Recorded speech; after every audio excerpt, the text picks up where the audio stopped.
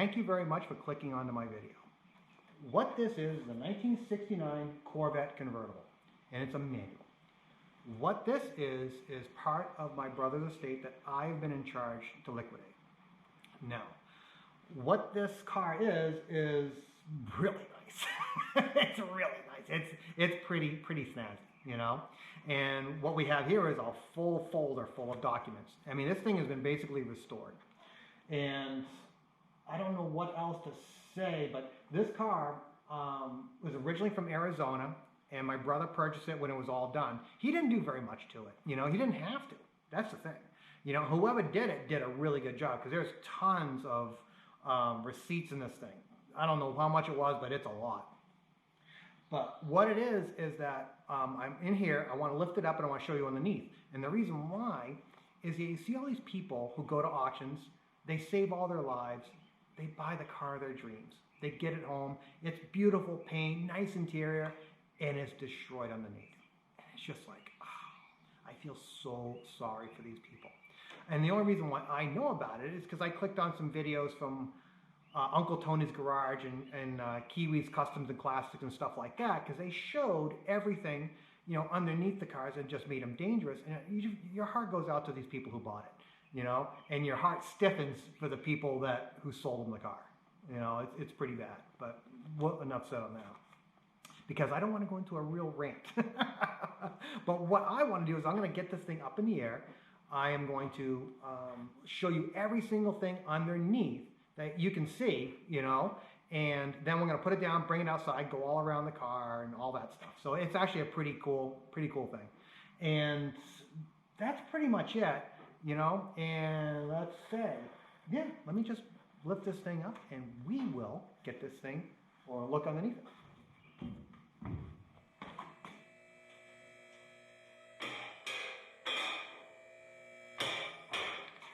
All right, let's take a look underneath.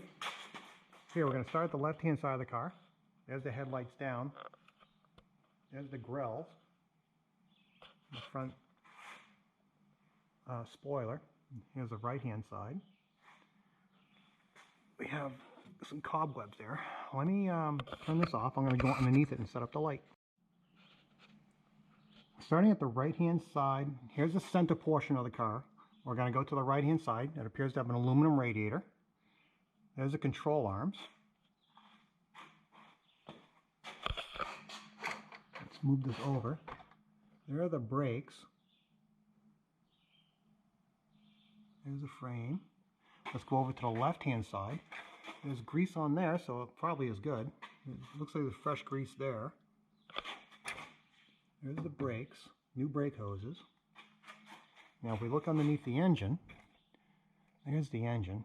No major leaks. There's a starter and the exhaust. The exhaust doesn't, I don't know if GM did that or not, but I wouldn't think so. Now let's go over here to the left-hand frame rail. There's no patches. This car was originally from Arizona, if I didn't say that already. Looks like the heat shielding has some oil on it. And there's a filter. There's the steering box. That's how everything is right there. There's the brake booster. Go over here to the right hand side. There's the fuel pump. There's the back side of the spindle. There's the steering gear. Let's keep going down. Here is the transmission. You know, to me, that appears to be a T5. It looks a lot like it. I can't really tell. And let's go over here. There's a snout. It could be a T5.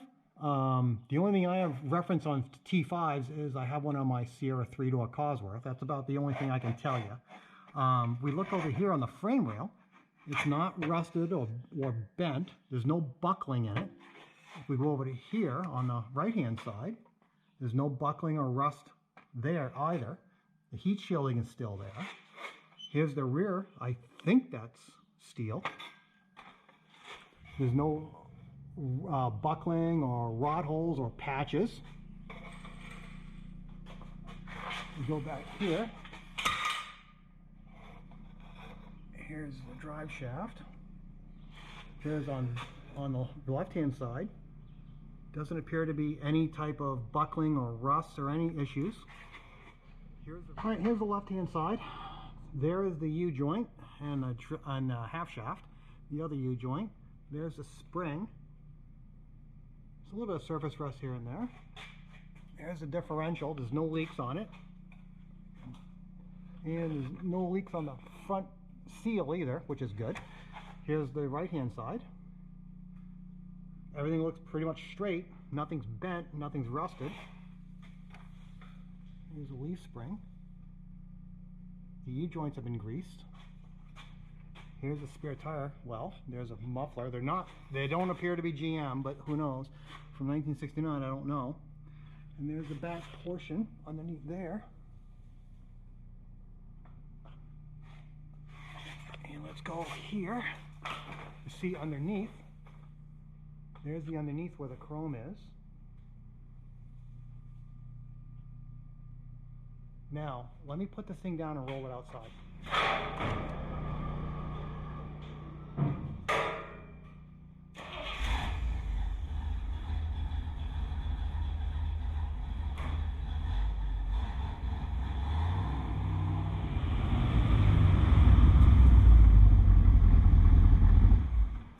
Well, let's walk around the car. Here's the front end. No chips. A little bit of wax residue. The chrome is really nice on the rims. And the Stingray portion. Are those a plastic? Or are they? Oh, they're plastic. Here's this wheel. Chrome's really nice. Has a luggage rack on the back. Chrome's really good. Some really minor pitting inside here, but not bad. Lenses look really nice.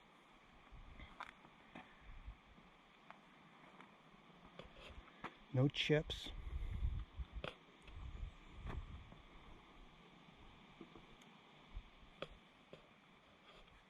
little bit of stuff right there. Oh, there's a chip right here.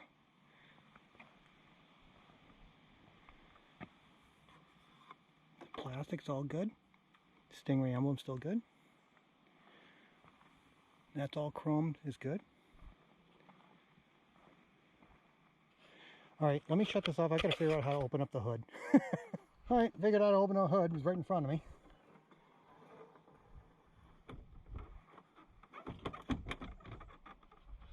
Here's the hood. Looks really nice. Almost looks like someone bought a new one. Even has heat padding right there. Radiator's aluminum. Says 350 horsepower. Whether or not, I mean, it sounds like it. Sounds good. The alternator. Here's the brake booster and master cylinder.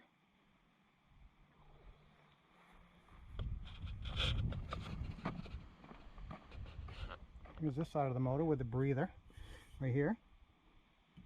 Not really sure what this. I think that might be early cruise control. Not really sure. Someone will probably tell me. Not really sure what this is. That's the power steering pump, I assume. This looks like the aluminum reserve tank. Everything looks really nice. If you can see this, let me move my shadow. No chips or anything right there. You can see down there. See inside here. Alright, let's go into the interior. Oh, here.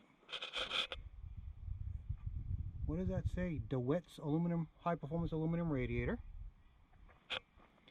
Oh, there's underneath for the vacuum canisters. I'll operate the headlamps here in a second. Here's the front emblem. Here's the interior on the driver's side. A little bit of scrapes right there. There's a trim tag, I think, trim paint tag. It says 54,000 miles on it. It might be, that might be true. Here's the rest of it. I haven't turned the stereo on, but I'll let anybody know. If it doesn't work, I'll put it in the ad. Here's a 5-speed. Somebody did it right. Take a look. There's a tag right here that has a 5 on it, which I never thought these things had a 5-speed, you know. But it has electric windows. I'll show you that after I start the car. Here's the roof right here. The roof is wicked tight.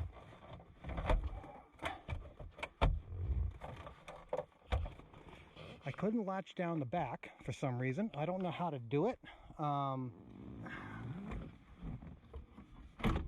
There's that. Here's a stereo somebody put in it. Here's all the mechanisms for the tonneau. The roof is pretty stiff. He never had it. It appears that he never really used it with the roof on. Let's put this in.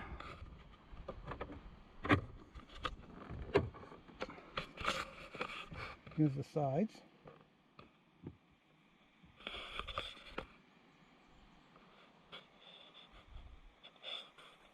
Let me walk around to the passenger side. Here we are on the passenger side. There's a little ridge right here where the roof was. There's some wax around here. It's not bad.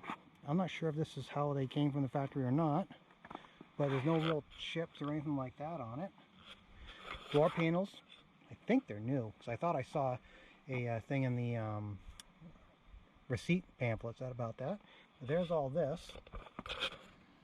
Oh, something right here. But the seats look like they've been recovered.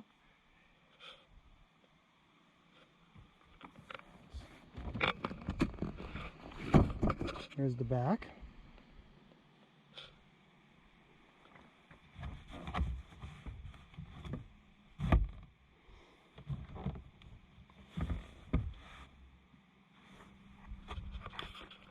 All right, let me start this thing up so you can hear it, and we'll do all the lights. Okay, we're in the car. Here it is. Here's the 5-speed. Here's the plaque that denotes it's 5-speed. Here's the other engine thing, but I assume this thing's all been rebuilt, so you don't know what it is. Steering wheel looks pretty much new. Let's start this thing up.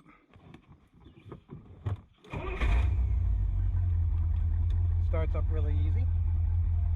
It's cold and full fuel. There's the clock is working. There's the oil pressure. Yeah, pretty good oil pressure. Alternator's working. Here's, I don't know what these are. Fan? No, fan's not working. Don't know what that is about.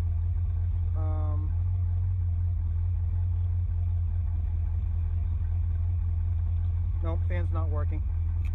Alright, there's one thing. Oh, here's the windows. Here's this window.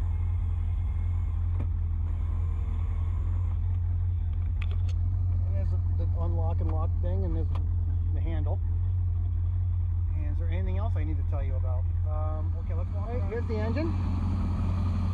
Runs really smooth. I do not know what it has for a carburetor on it.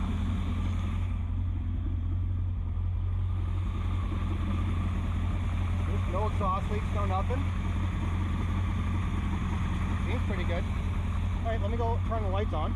Right, here's the light switch right here. I'm going to pull them on and run quickly around so you can see the lights come up. Oh, see, they're coming up. Oh, they're on high beams.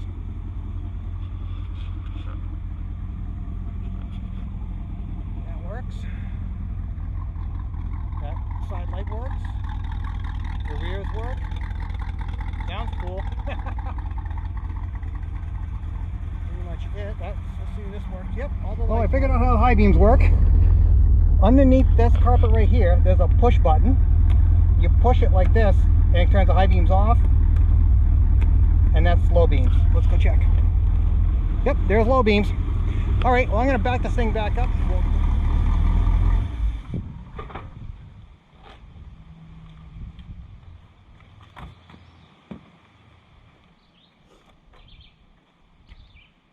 Well, thank you very much for showing up for the auction. I really appreciate it. You taking the time to take all this time to look through the video.